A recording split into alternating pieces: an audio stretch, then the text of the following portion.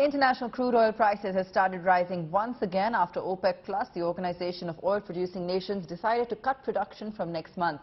Oil prices, which fell to 9-month lows in the last week, are up $7 to $93 in just 7 days. While the higher prices will not hit Indian consumers immediately, they may have a diplomatic fallout and push India to buy more discounted crude oil from Russia.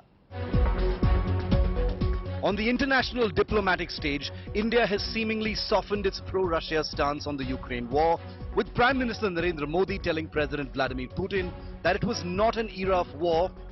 But this has not stopped India from increasing its reliance on Russian crude for its domestic needs. India's import of Russian crude zoomed in September, rising 18.5% from August to 879,000 barrels per day. Russia is now the second largest crude supplier for India after Saudi Arabia. The share of Russian crude in India's total oil imports has shot up from 1% before the Ukraine war to 21% currently. In contrast, the share of US crude has plunged to just 4% from earlier 10%. According to sources, Russia has been pricing its crude exports to India anywhere between $16 to $30 a barrel cheaper than other countries. With OPEC Plus triggering an increase in crude prices with its proposed production cut, India is likely to increase its dependence on Russian oil, despite international sanctions. External Affairs Minister S. Jaishankar has repeatedly defended this trade deal.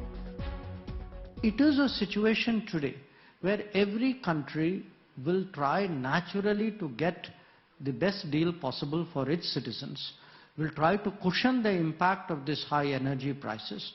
And that is exactly what we are doing. Now, we are not doing it in a defensive way. I mean, we have been very open and very honest about our interest. You know, I have a country which has a per capita income of $2,000. These are not people who can afford higher energy prices.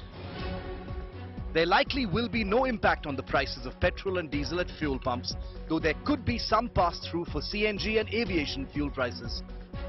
Most of the additional burden will probably be absorbed by the oil marketing companies. OPEC's decision, meanwhile, to cut production comes in the face of fears of a recession and weak demand. Oil prices were at a 9-month low in September after touching highs of $128 in June.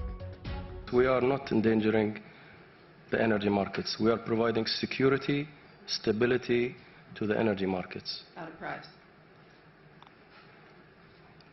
Everything has a price. Energy security has a price as well.